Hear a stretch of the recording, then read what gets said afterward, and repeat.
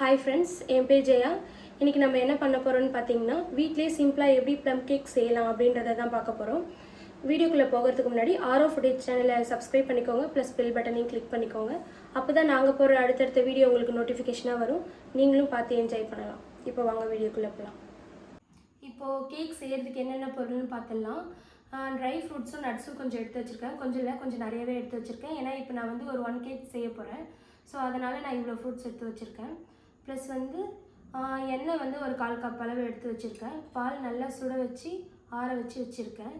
இதுக்கு வந்து மைதா மாவு வச்சுருக்கேன் நான், ஓகேங்களா? ஏன்னா மைதாவுக்கு பதிலாக ப்ளஸ் கோதுமையும் போட்டுக்கலாம். ஆனால் கோதுமைக்கும் மைதாவுக்கும் கொஞ்சம் டேஸ்ட் டிஃபர் ஆகும். இது கேக் பண்ணி முடிச்சதுக்கப்புறம் டெக்கரேஷன் பண்ணுறதுக்காக செரி பழமும் கொஞ்சம் முந்திரியும் எடுத்து வச்சுருக்கேன். 1/4 கப் அளவு வந்து சீனி எடுத்து வச்சுருக்கேன். ஃப்ளேவருக்காக நல்லா டேஸ்ட் கொடுக்குன்றதுக்காக பால் பவுடர் கொஞ்சம் எடுத்து வச்சுருக்கேன். 1/4 கப் அளவு எடுத்து வச்சுருக்கேன். நல்ல ஃப்ளேவராக வாசனையாக இருக்குன்றதுக்காக ஏலக்காய் எடுத்து வச்சுருக்கேன். இது வந்து வெண்ணிலா எசன்ஸ் எடுத்து வச்சுருக்கேன். இதில் தான் நம்ம இது வந்து பிளர் பண்ணி செய்ய போகிறோன்றதுக்காக இதை எடுத்து வச்சுருக்கேன். இதில் தான் வந்து நம்ம கேக் செய்ய போகிறோம். இது என்னன்னு பார்த்தீங்கன்னா பட்டர் ஷீட்டு. இதை வச்சு நம்ம இதில் லைட்டாக எண்ணெய் தடவி பட்டர் ஷீட் போட்டோம்னா கேக் எங்கேயும் ஒட்டாமல் கரெக்டாக ஸ்மூத்தாக வந்துடும். அதுக்காக இதெல்லாம் எடுத்து வச்சுருக்கேன். ஃபஸ்ட்டு சீனியை போட்டுக்கலாம்.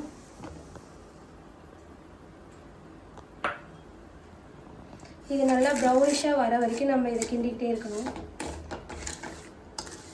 கை விட்டுறக்கூடாது, கிண்டிகிட்டே இருங்க, இல்லைன்னா அடி பிடிச்சிக்கும்.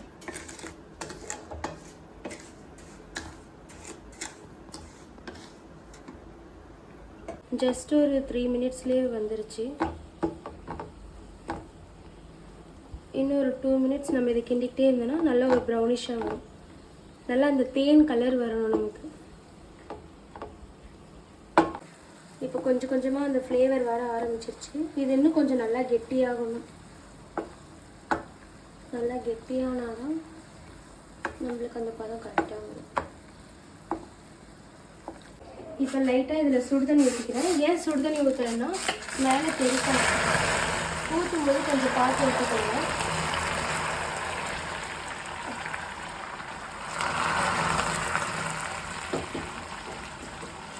சுடுதண்ணிக்கு பதிலாக பச்சை தண்ணியும் ஆட் பண்ணிக்கலாம். இப்போ வந்து இதில் நான் ட்ரை ஃப்ரூட்ஸ் ப்ளஸ் நட்ஸ் எல்லாமே போட்டுக்கிறேன்.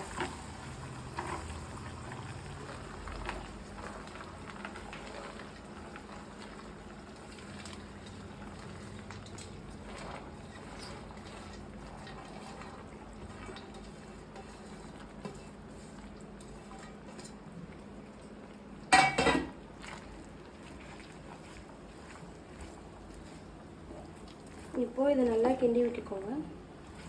ஒரு 5 மினிட்ஸ் வரைக்கும் நல்லா கிண்டி விடுங்க. ஏன்னா இது வந்து நம்ம ஊற வைக்கலன்றதுக்காக இதிலே நல்லா ஊறினா தான் நல்லாயிருக்கும். நல்லா வதங்கினா கொஞ்சம் நல்லாயிருக்கும்.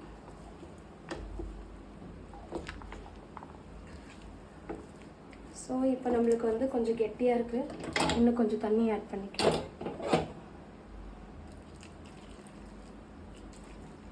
ஏன்னா இது நல்லா வந்து கொதிக்கணும்.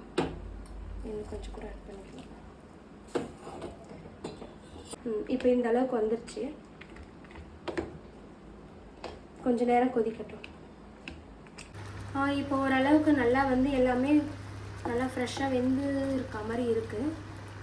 நெக்ஸ்ட்டு நம்ம வந்து மிக்சிங் ஆரம்பிக்கலாம். இதை ஆஃப் பண்ணிவிட்டு இது நல்லா ஆறணும். நல்லா ஆற வச்சுருங்க. இப்போ நல்லா இதை கலந்து விட்டுக்கோங்க.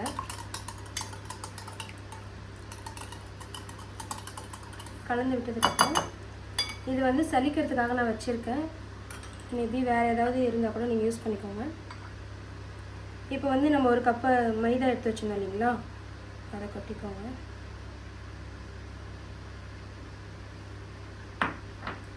இதை வந்து நல்லா சலிச்சு எடுத்துக்கணும். ஏன்னா அப்போ தான் வந்து கேக்கில் வந்து எந்த ஒரு திட்டும் இல்லாமல் திட்டாக இல்லாமல் நல்லா ப்ளெயினாக நல்லாயிருக்கும்.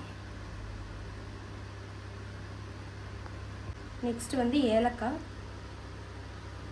ஏலக்காய் எதுக்கு சேர்க்குறோன்னா ஃப்ளேவருக்கு சொன்னோம் இல்லைங்களா, அப்போ தான் அதோட ஃப்ளேவர் நல்லாயிருக்கும். ஸோ ஏலக்காய் நெக்ஸ்ட்டு சேர்த்துக்கோங்க. இப்போ வந்து வெண்ணிலா எசன்ஸ் வந்து ஒரு ஸ்பூன் டேபிள் ஸ்பூன் அளவு ஊற்றிக்கலாம்.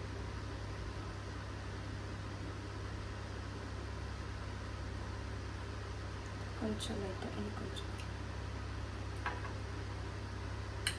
இது ரெண்டுத்தையும் உங்களுக்கு நான் காமிக்க மறந்துட்டேன்.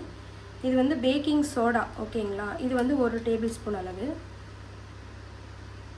ஓகேங்களா. Plus baking powder. நெக்ஸ்ட்டு வந்து பேக்கிங் பவுடர். ஏன் இது நம்ம போடுறோன்னா அப்போ தான் நல்லா சாஃப்டாக ஃப்ளஃபியாக வரும் ஓகேங்களா. போட்டேன். இப்போ வந்து இது நம்ம எல்லாத்தையும் சேர்த்தாச்சு. என்னென்ன பொருள் போடணுமோ எல்லாமே சேர்த்தாச்சு.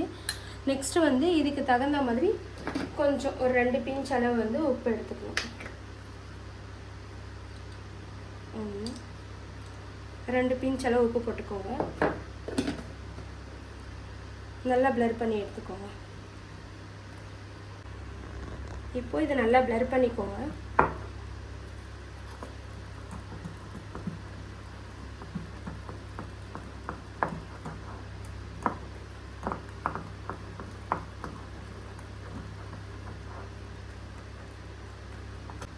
செஞ்சு வச்சு ட்ரை ஃப்ரூட்ஸ்லாம் சேர்த்துக்கலாம் ஓகேங்களா.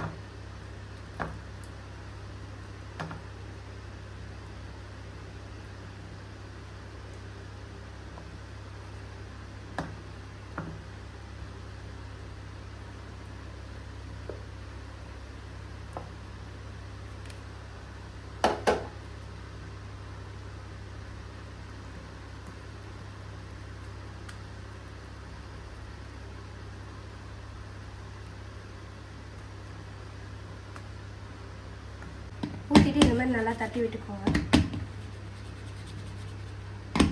நல்லா தட்டி விட்டுட்டு இப்போ இது ஒரு மூடி போட்டு மூடிடுங்க. மூடிட்டு இப்போ வந்து நம்ம எப்படி இது பண்ணணும் அப்படின்னா ஒரு நல்ல பெரிய பர்த்தனை எடுத்துக்கோங்க. பர்த்தனில் இப்போ நம்ம வந்து உப்பு கொட்டி வைக்கணும். ஃபுல்லாக உப்பு கொட்டிடுங்க. உப்பு கொட்டி வச்சுட்டு இதை நல்லா இது பண்ணிவிட்டு இதை இப்போ கொஞ்சம் நல்லா சுட வச்சுக்கோங்க.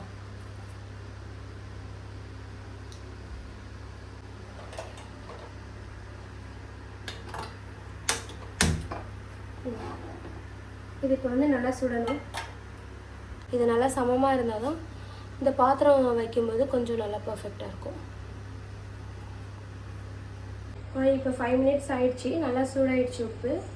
இந்த நேரத்தில் வந்து நம்ம ஆல்ரெடி மிக்ஸ் பண்ணி வச்சுருந்தோம் இல்லைங்களா, அதை பார்த்து கவனமாக உள்ள வச்சுக்கோங்க. பாத்திரம் நல்லா சூடாக இருக்குது. ஓகே, இது வந்து இப்போ வந்து மீடியம் ஃப்ளேம்லேயே ஒரு 45 மினிட்ஸ் இருக்கணும் இல்லைங்களா. இப்போ இது ஆல்ரெடி மூடியாச்சு. இதுக்கு மேலே ஒரு மூடி போட்டு கவர் பண்ணி வச்சுருங்க. இப்போ ஒரு 10 மினிட்ஸ் கழித்து மறுபடியும் வந்து நம்ம டெக்கரேட் பண்ணிடலாம். அப்புறம் 45 மினிட்ஸ் கழித்து நம்ம கேக் எடுத்து எப்படி இருக்குன்னு பார்க்கலாம். இப்போ 10 மினிட்ஸ் கழித்து ஓப்பன் பண்ணிட்டோம். இதுலேயே இப்போ வந்து டெக்கரேட் பண்ணிடலாம். ஏன்னா இப்போ நம்ம போட்டது எல்லாமே அடியில் போயிட்டுருக்கும். ஸோ டெக்கரேட் பண்ணால் கொஞ்சம் அழகாக இருக்கும். பார்க்க அழகாக இருக்கும், ப்ளஸ் டேஸ்ட்டாகவும் இருக்கும். கொஞ்சம் நல்லா பண்ணிட்டுருக்கோம்.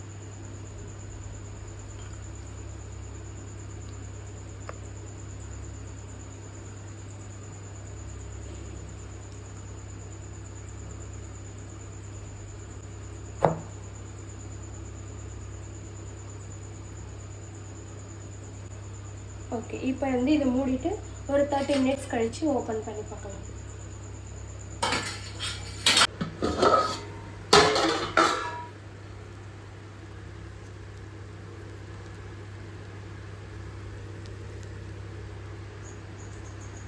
கேக்கு ஃபைனல் ரிசல்ட் இந்த மாதிரி தான் வந்திருக்கு. ஸோ இப்போ கட் பண்ணி பார்த்துடலாம்.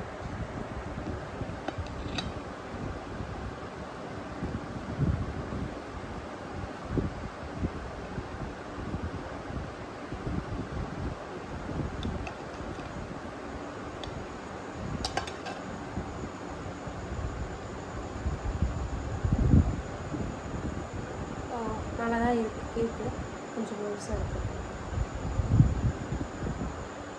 கேக் நல்லா வெந்திருக்கு.